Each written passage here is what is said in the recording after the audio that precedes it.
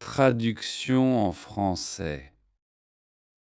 Un nouveau message secret a été envoyé à Trump, et ce n'est pas d'un ami, ce n'est pas d'un allié venant d'Iran. En ce moment même, alors que vous regardez cette vidéo, le corps des gardiens de la révolution iranienne dit qu'il a attaqué 2 navires dans le détroit d'Ormuz. Un 3e navire aurait également été visé par les gardiens de la Révolution et est maintenant désactivé au large des côtes iraniennes, selon les médias iraniens. C'est le message, c'est le signal. L'Iran dit à Trump: nous ne viendrons à votre table de négociation que si vous levez le blocus, et nous sommes prêts à escalader. L'administration faisait face à une énigme, un silence quasi total de la part des Iraniens. Dans les jours précédents, les États-Unis avaient envoyé à l'Iran une liste de points généraux qu'ils voulaient que les Iraniens acceptent avant le prochain cycle de négociations. Mais plusieurs jours s'étaient écoulés sans que les États-Unis reçoivent de réponse, ce qui soulevait des questions sur ce que Vance et d'autres pourraient réaliser en se rendant au Pakistan pour les pourparlers en personne prévus. Ce silence, c'est le message secret. La stratégie de l'Iran est de ne rien dire publiquement, puis d'agir violemment dans le détroit. Saisit, tire sur les pétroliers, menace contre le transport commercial. C'est leur tactique de négociation et Trump est furieux. La porte-parole du ministère des Affaires étrangères iranienne Etemad a déclaré que l'hésitation de l'Iran à participer aux négociations était due à des messages contradictoires, des comportements contradictoires et des actions inacceptables de la part du côté américain. Et le président iranien Massoud Pezeshkian, dans une déclaration, a illustré comment l'hostilité historique entre les deux côtés s'inscrirait inévitablement dans toutes les négociations supplémentaires. Une méfiance historique profonde en Iran envers la conduite du gouvernement américain persiste. Tandis que les signaux peu constructifs et contradictoires des responsables américains portent un message amer. Ils cherchent la reddition de l'Iran. Les Iraniens ne se soumettent pas à la force. C'est une réponse publique directe du président de l'Iran au président des États-Unis. Mais le vrai message, celui qui est secret, est celui qui a été livré non pas par des paroles, mais par des actions dans le détroit d'Ormuz. Des navires saisis, des navires criblés de balles, des navires désactivés, et un refus catégorique de se présenter à la table de négociation au Pakistan. Maintenant, restez avec moi car Ce que je vais vous expliquer est l'histoire complète de comment nous en sommes arrivés là. Ce que les deux côtés veulent réellement, à quoi ressemblent les canaux secrets, qui sont les véritables acteurs clés de cette négociation, et de manière critique, ce que cela signifie pour vous en tant qu'investisseur, consommateur, et quelqu'un qui paie l'essence, achète des épiceries et a de l'argent en bourse. Il y a beaucoup à démêler ici, et plus tard dans cette vidéo, je vais vous donner des conseils spécifiques et exploitables que vous pouvez prendre pour protéger votre argent pendant cette crise. Alors commençons. Laissez-moi poser le contexte. Le 28 février 2026, les États-Unis et Israël ont lancé une campagne militaire conjointe contre l'Iran. Les objectifs déclarés étaient clairs. Empêcher l'Iran d'obtenir des armes nucléaires, détruire son programme de missiles, et bien que moins officiellement, créer les conditions pour un changement de régime. Trump a été interrogé 2 semaines avant le début de la guerre sur ses souhaits concernant le renversement du gouvernement en Iran. Il a dit: il semble que ce serait la meilleure chose qui puisse se produire. La guerre a éclaté rapidement. Il y a eu des frappes sur l'Iran après l'assassinat de Qassem Soleimani et de plusieurs autres hauts responsables iraniens. Trump a affirmé que la guerre entre les États-Unis et Israël avait effectivement provoqué un changement de régime, affirmant que les principales couches de leadership avaient été décimées. Mais les experts ont contesté les affirmations de Trump, disant que le gouvernement était toujours intact, sinon plus fort. Voici ce qui s'est passé ensuite, et c'est ce qui rend tout ce conflit si dangereux. L'Iran n'a pas réagi en lançant une contre-attaque classique contre les bases militaires américaines, bien qu'il y ait eu des barrages de missiles balistiques, y compris un qui a frappé Tel Aviv, mais en faisant quelque chose de bien plus économiquement dévastateur. L'Iran a fermé le détroit d'Ormuz.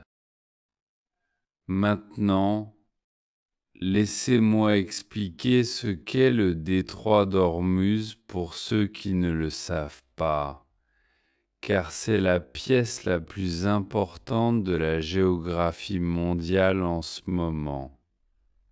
Le détroit d'Ormuz fait 34 kilomètres, soit environ 21 miles de large, à son point le plus étroit. Ces deux voies maritimes unidirectionnelles facilitent le transit d'environ 20 millions de barils de pétrole par jour, représentant environ 20% du commerce pétrolier maritime mondial, provenant principalement de producteurs comme l'Arabie saoudite, les Émirats arabes unis, l'Irak et le Qatar. En 2024, environ 84% des expéditions de pétrole brut et de condensat à travers le détroit étaient destinés au marché asiatique, la Chine recevant un tiers de son pétrole via le détroit. Donc, quand je dis que l'Iran a fermé le détroit, je dis que l'Iran a pris un point d'étranglement par lequel s'écoule 1/5 du pétrole mondial et l'a fermé. Ils ont planté des mines. Ils ont déployé des vedettes. Ils ont menacé le transport commercial. L'Iran a commencé à contrôler le trafic à travers le détroit et à facturer des péages de plus d'1 million de dollars par navire. C'est le levier de l'Iran. C'est leur option nucléaire. Pas une bombe, mais une arme économique. Et c'est dévastateur. Laissez-moi vous montrer ce que cela a fait aux marchés mondiaux. Car c'est là que le caoutchouc touche la route pour les gens ordinaires. Les prix du pétrole brut Brent ont augmenté de 63% en mars seulement. Le plus grand gain mensuel depuis 1988. Le contrat de référence mondial Brent a clôturé à un moment donné. Et le prix moyen de l'essence aux États-Unis a dépassé 4 dollars pour la première fois depuis 2022, alors qu'un pétrolier chargé de pétrole était frappé par une attaque iranienne au large de Dubaï. Avec la mainmise de l'Iran sur la route commerciale cruciale du détroit d'Ormuz, provoquant une crise économique mondiale qui a déjà fait monter en flèche les prix de l'énergie. Maintenant, à partir d'aujourd'hui, les contrats à terme sur le pétrole brut de référence internationale Brent se négocient à 99,3 dollars le baril, tandis que les contrats à terme sur le pétrole brut léger de Texas ouest des États-Unis se négocient à 90,13 dollars. Pensez-y une seconde. Du pétrole à 90 à 100 dollars le baril. Cela affecte tout. Les prix de l'essence, les frais d'expédition, les prix des billets d'avion, les prix des épiceries parce que la nourriture est transportée et expédiée dans le monde entier en utilisant du carburant. Les frais de chauffage, les coûts de fabrication, tout. Le FMI a déjà révisé à la baisse la croissance mondiale de 2026 à 3,1%, nommant le conflit iranien comme moteur principal.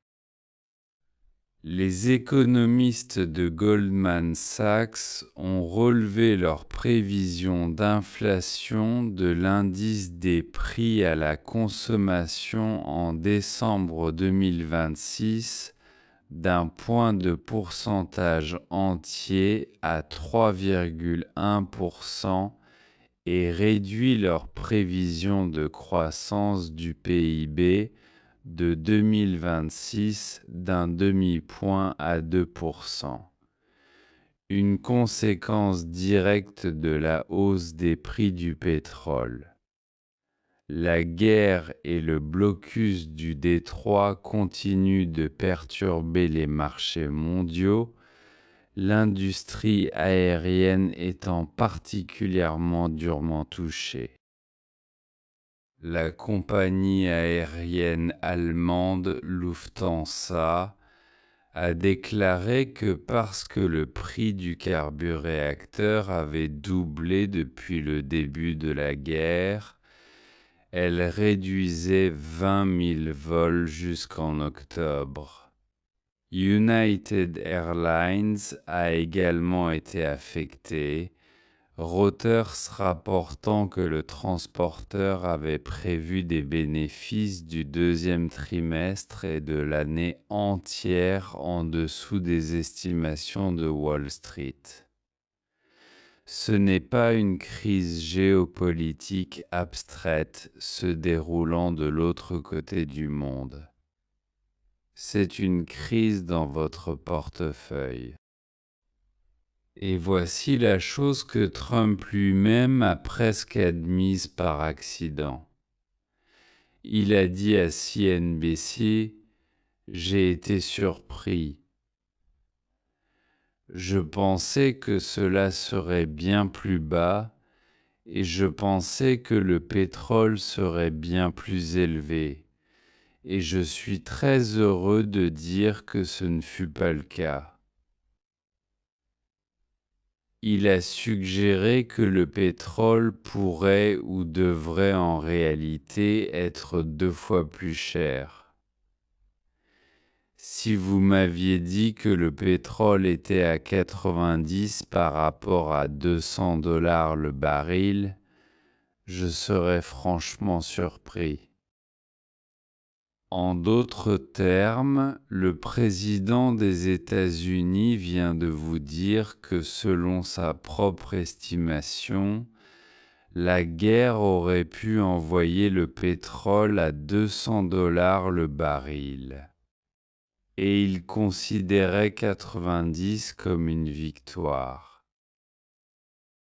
Cela devrait vous dire à quel point les enjeux sont élevés. Maintenant, laissez-moi vous expliquer le processus de négociation car c'est là que le message secret commence vraiment à prendre forme. La toute première tentative de pourparlers entre les États-Unis et l'Iran a eu lieu bien avant, le 6 février 2026. Les États-Unis et l'Iran ont tenu des pourparlers indirects à Mascate, Oman, médiés par le ministre des Affaires étrangères d'Oman, Badr bin Hamad al-Boussaïdi. Ces pourparlers n'ont mené nulle part. Le secrétaire d'État Marco Rubio a dit: « Je ne suis pas sûr que vous puissiez conclure un accord avec ces gars. » Et le vice-président J.D. Vance a exprimé sa frustration du fait que le suprême leader qui dirigeait le pays n'avait pas participé aux négociations. Puis le 1er mars, Trump a affirmé que les responsables iraniens voulaient reprendre les négociations et qu'il avait accepté. Mais Ali Larijani, secrétaire du Conseil suprême de la sécurité nationale de l'Iran, a exclu les pourparlers. Trump a ensuite écrit le 6 mars: « Il n'y aura pas d'accord avec l'Iran, sauf la reddition inconditionnelle. » Vous voyez le schéma? Trump dit que les pourparlers sont en cours. L'Iran dit qu'ils ne le sont pas. Trump exige la reddition inconditionnelle. L'Iran dit qu'il ne se soumettra jamais, et l'économie mondiale entière est en balance. Puis à la fin mars, quelque chose a changé. Le 23 mars, Trump a reporté l'ultimatum qu'il avait donné sur la réouverture du détroit d'Ormuz. Citant des conversations très bonnes et productives avec l'Iran. Il a dit que les États-Unis parlaient à une personne importante en Iran. Qui était cette personne importante? L'implication de Galibaf dans les négociations est importante en raison de son ancienneté et de sa crédibilité au sein du régime.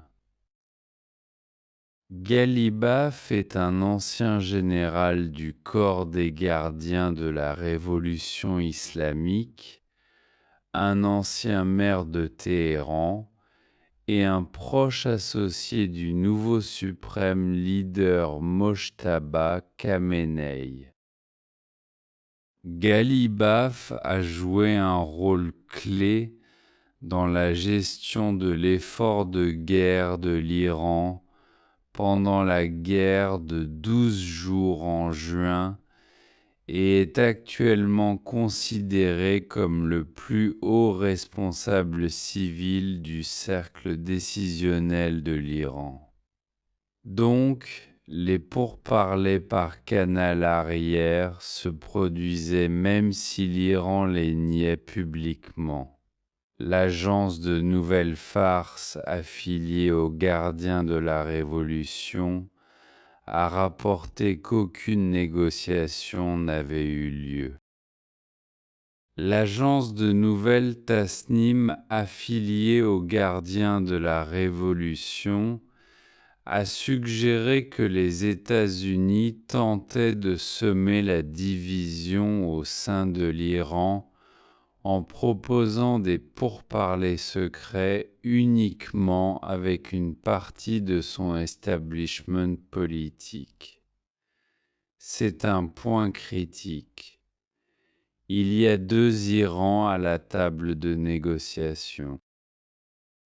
Il y a l'Iran politique dirigé par des gens comme Galibaf et le ministre des Affaires étrangères Arakchi.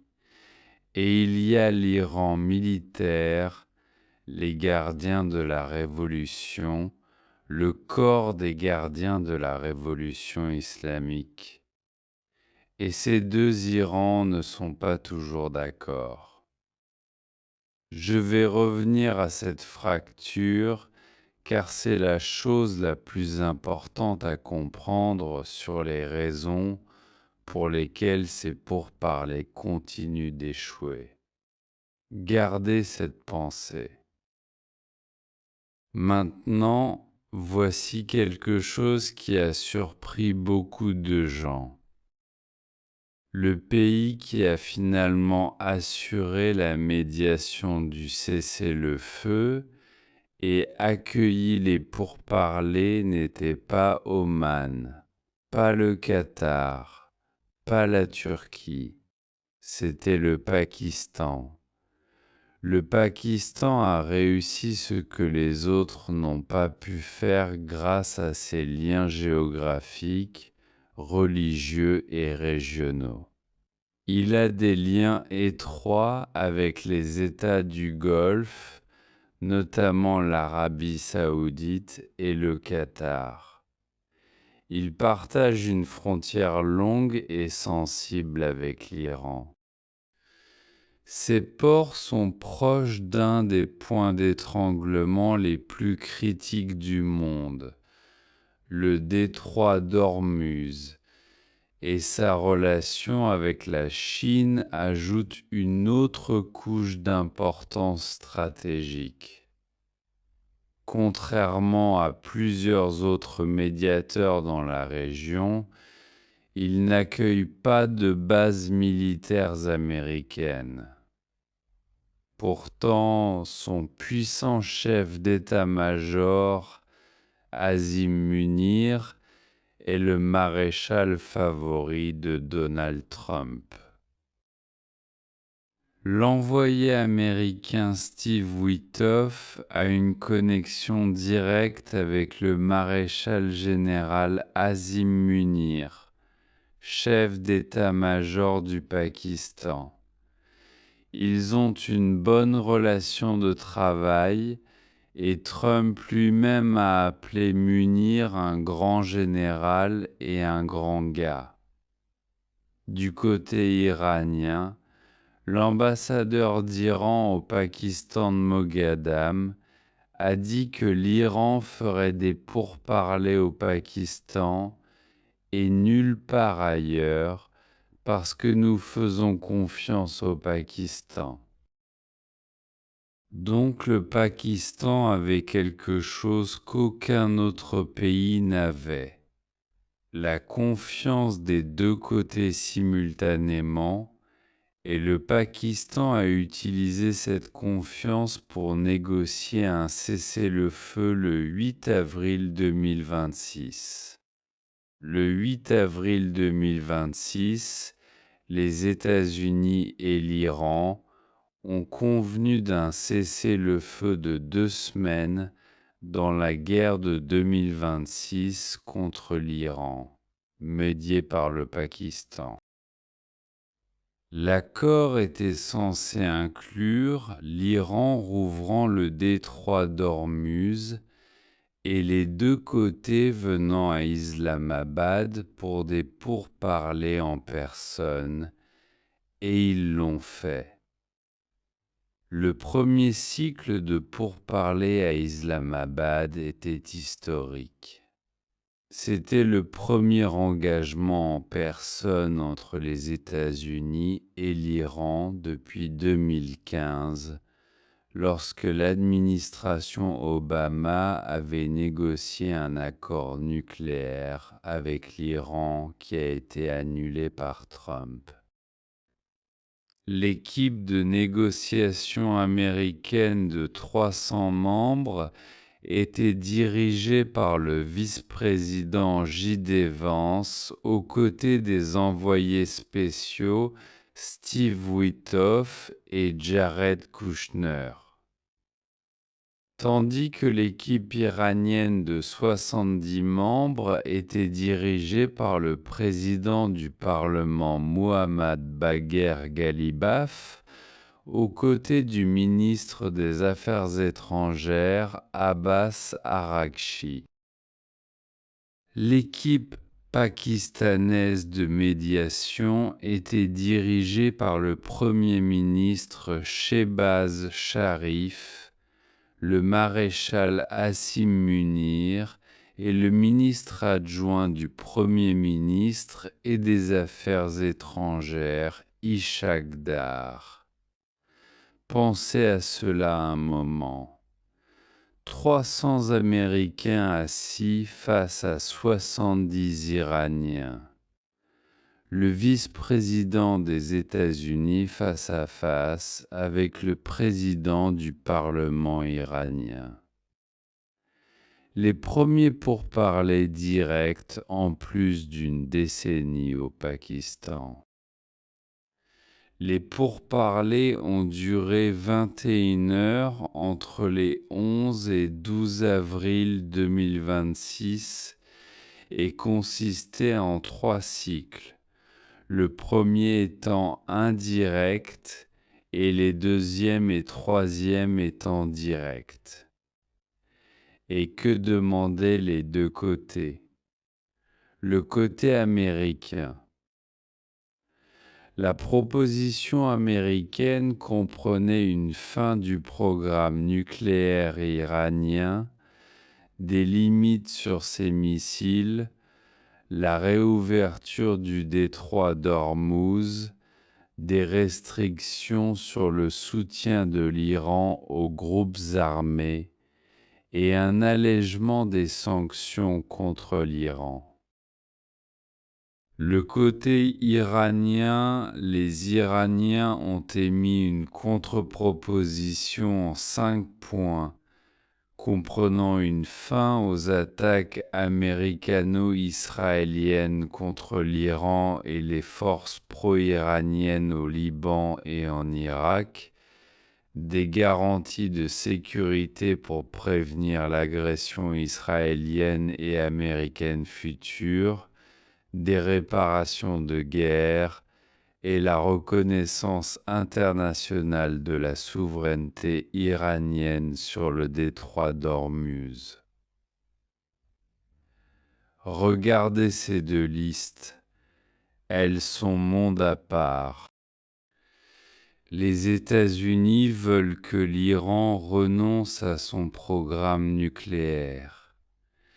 L'Iran veut des réparations et la souveraineté sur le détroit d'Ormuz. Les États-Unis veulent que l'Iran abandonne ses alliés régionaux comme le Hezbollah. L'Iran veut que les États-Unis garantissent qu'il ne sera jamais attaqué à nouveau. Les négociations ont duré environ 21 heures et se sont terminées avec les délégations américaines et iraniennes quittant Islamabad sans conclure d'accord. Vance a dit que l'Iran a refusé d'accepter les conditions de Washington après 21 heures de négociations.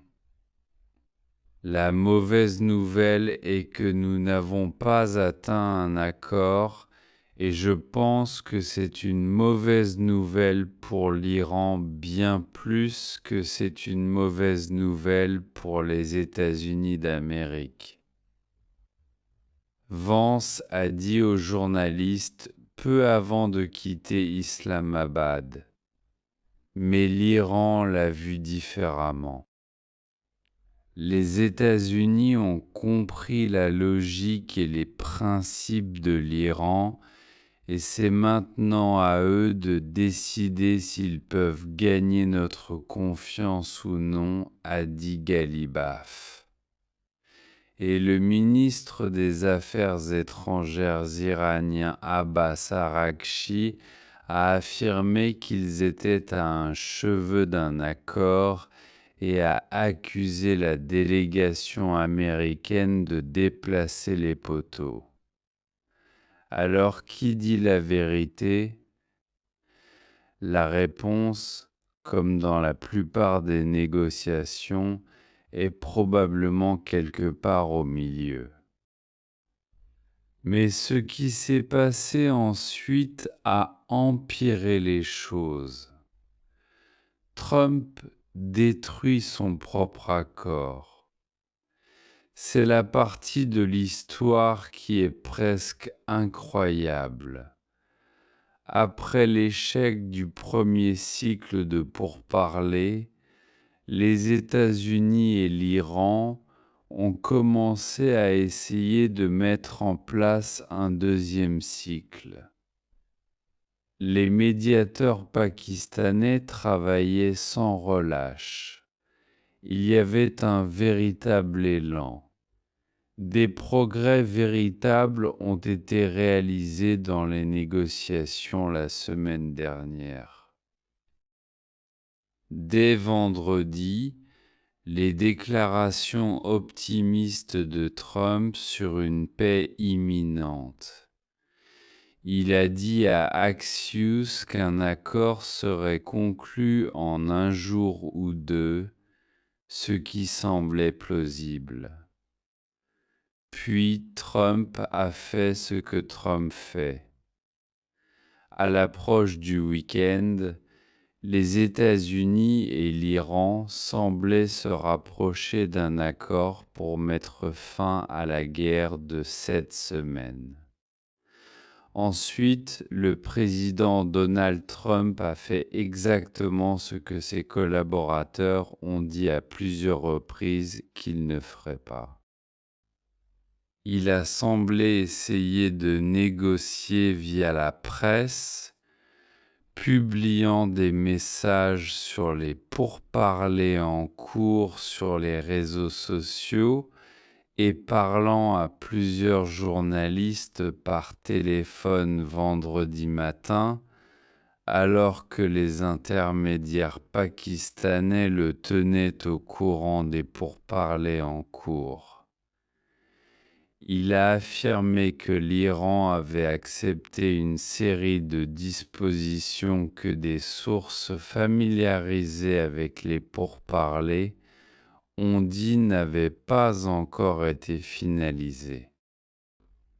Il a également affirmé que l'Iran avait accepté beaucoup des demandes américaines les plus controversées, y compris remettre l'uranium enrichi et annoncer une fin imminente de la guerre. Les responsables iraniens ont extérieurement rejeté beaucoup de ces affirmations et ont nié qu'ils se préparaient à un autre cycle de pourparlers, réduisant rapidement l'optimisme croissant pour un accord. Et puis cela a empiré. Le ministre des Affaires étrangères iranien Abbas Araghchi venait de déclarer le détroit complètement ouvert. Mais quelques heures après qu'Araghchi ait prononcé le détroit ouvert, le corps des gardiens de la révolution islamique a tiré sur des pétroliers tentant de le franchir, citant le refus de Trump de lever son propre blocus. C'est là que la fracture au sein de l'Iran devient critique. Les responsables américains l'ont considéré comme une preuve d'une division entre l'équipe de négociation dirigée par Ghalibaf et les responsables militaires du corps des gardiens de la Révolution. Nous pensions avoir affaire aux bonnes personnes. Ils avaient atteint le sommet de ce sur quoi ils s'étaient mis d'accord, ce qui aurait pu être annoncé, a déclaré un responsable de l'administration senior. Mais ce qui s'est passé, c'est que l'équipe iranienne est retournée et les gardiens de la Révolution et ces gens-là ont dit: « Oh non, non, vous ne nous parlez pas au nom d'eux. » Un deuxième responsable américain a dit à Axios: « Nous ne sommes pas sûrs de qui est responsable. Et ils ne le savent pas non plus. » C'est terrifiant. Quand les deux côtés d'un conflit ne savent pas qui prend réellement les décisions de l'autre côté, le risque de calcul catastrophique s'envole. Le blocus, l'arme économique américaine. Maintenant, laissez-moi expliquer le blocus américain car c'est l'autre moitié de l'histoire du message secret. L'Iran a fermé le détroit. En représailles, les États-Unis ont imposé leur propre blocus. Le 12 avril, J.D. Vance a annoncé que les pourparlers entre les États-Unis et l'Iran avaient échoué. Après cela, Trump a déclaré un blocus naval américain du détroit d'Ormuz, annonçant que la marine américaine empêcherait les navires d'entrer ou de sortir du détroit et intercepterait les navires qui avaient payé des péages à l'Iran. L'amiral Brad Cooper, chef du commandement central américain, a déclaré que le blocus avait été entièrement mis en œuvre. Les forces américaines ont complètement arrêté le commerce économique entrant et sortant de l'Iran par voie maritime. La marine américaine a refusé l'entrée à 27 navires tentant d'entrer ou de sortir des ports iraniens depuis le début du blocus, et l'impact économique sur l'Iran a été grave. Trump a publié sur Truth Social: l'Iran s'effondre financièrement.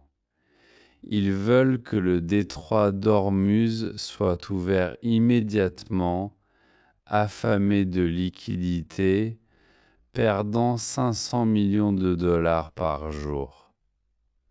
L'armée et la police se plaignent de ne pas recevoir les salaires. Le secrétaire au Trésor Scott Besson a déclaré qu'en l'espace de quelques jours, le stockage de l'île de Kharg sera plein et les puits pétroliers iraniens fragiles seront fermés, réduisant directement le commerce maritime de l'Iran et ciblant directement les voies de revenus primaires du régime. Maintenant, laissez-moi décomposer ce que cela signifie.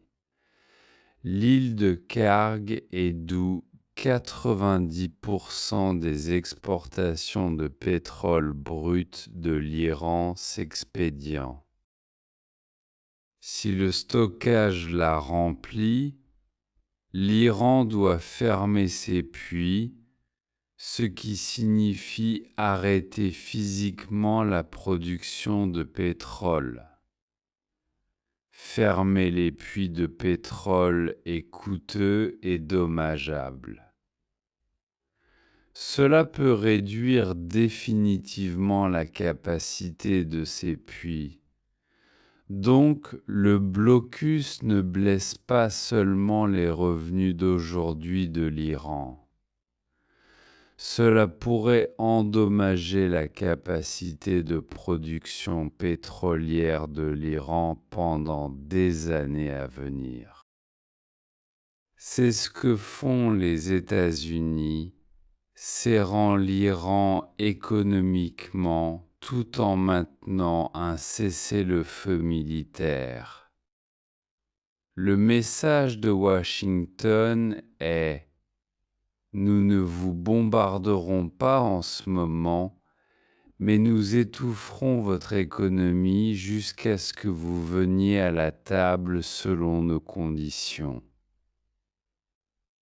La réponse de l'Iran. Le message secret. Pas de parole, pas de communication diplomatique officielle, juste la saisie de navires, juste des tirs sur des pétroliers, juste le refus de se présenter à Islamabad. Les contradictions qui tuent l'accord. Voici ce qui rend cette situation si dangereuse en particulier. Les deux côtés envoient des signaux contradictoires, et ces contradictions empêchent un accord. Du côté américain, les contradictions sont presque comiques. Le commentaire courant de Trump a ajouté à la confusion, car il bascule entre les menaces, l'optimisme et le mensonge. Tandis que ces négociateurs offraient 20 milliards de dollars en fonds gelés pour le stockage d'uranium de l'Iran et discutaient d'un moratoire temporaire sur l'enrichissement, Trump a faussement déclaré à plusieurs journalistes que l'Iran avait accepté de renoncer au stockage et à l'enrichissement. Aucun fonds gelé nécessaire. À un moment, Trump a dit aux appelants que le vice-président J.D. Vance ne participerait pas à ce cycle de pourparlers. Simultanément, deux hauts responsables, l'ambassadrice auprès de l'ONU Mike Waltz et le secrétaire à l'énergie Chris Wright, ont comparu à la télévision pour dire le contraire. Il s'est avéré qu'ils avaient raison et Trump avait tort. Au milieu de ces proclamations qu'un accord était proche, Trump a également saupoudré des menaces de destruction des ponts et des centrales électriques de l'Iran. Imaginez que vous êtes assis face à quelqu'un qui dit à la presse que vous avez accepté des choses que vous n'avez pas acceptées, puis menace de bombarder vos ponts, puis dit qu'il veut la paix, puis dit qu'il va envoyer une délégation, puis dit qu'il ne l'est pas, puis dit que la délégation est en l'air, puis elle ne l'est pas. Comment répondriez-vous? La réponse de l'Iran a été exactement ce que vous attendriez, la défiance. Galibaf a accusé Washington d'envoyer des signaux mixtes disant « L'ennemi envoie publiquement des messages de négociation et de dialogue et en secret planifie une attaque au sol. » Du côté iranien, les contradictions proviennent de la fracture interne que j'ai mentionnée. La direction politique, Galibaf, Arakchi, le président Pezeshkian ont montré une volonté de parler. Pezeshkian a dit qu'il y a une volonté de mettre fin au conflit à condition que certaines conditions soient remplies, en particulier une garantie que l'Iran ne sera pas attaqué à nouveau, mais les gardiens de la révolution, les militaires, ont régulièrement miné ces signaux diplomatiques. Les gardiens de la révolution ont dit que le détroit ne serait pas ouvert aux ennemis de cette nation. Et chaque fois que le côté politique signale l'ouverture, les gardiens de la révolution tirent sur des navires ou saisissent des pétroliers. À la Maison-Blanche, les principaux aides de Trump croient qu'une raison principale pour laquelle ils n'ont pas entendu parler étaient les fractures au sein de la direction iranienne actuelle. Le sentiment de l'administration est que les Iraniens n'ont pas de consensus sur leur position ou sur la question de savoir dans quelle mesure autonomiser les négociateurs sur l'enrichissement de l'uranium. Et le stockage actuel d'uranium enrichi du pays, un point majeur de friction dans les pourparlers de paix, l'extension du cessez-le-feu, une ligne de vie ou un piège.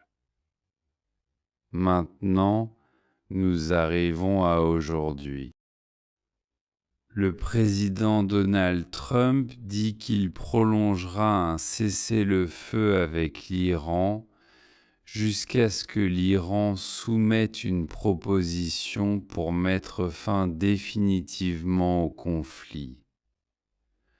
Trump a annoncé une extension du cessez-le-feu avec l'Iran, disant que l'armée américaine arrêterait ses attaques prévues pour laisser plus de temps à l'Iran de proposer une proposition.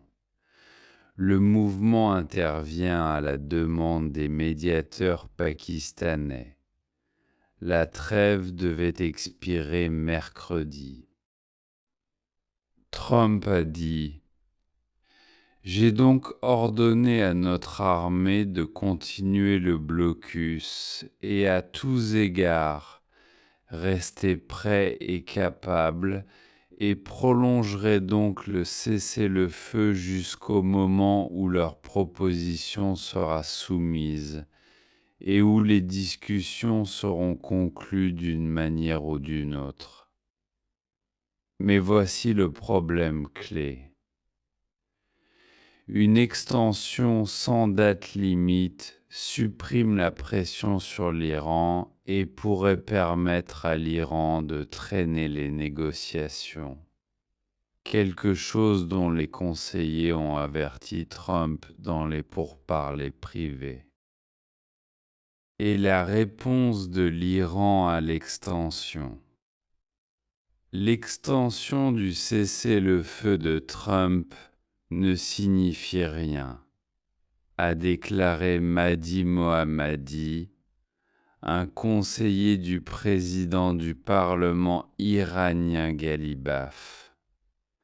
Le côté perdant ne peut pas dicter les conditions.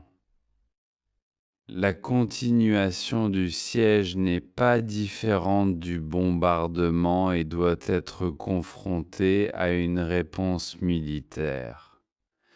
Donc, laissez-moi m'assurer que vous comprenez ce qui vient de se passer. Trump a prolongé le cessez-le-feu.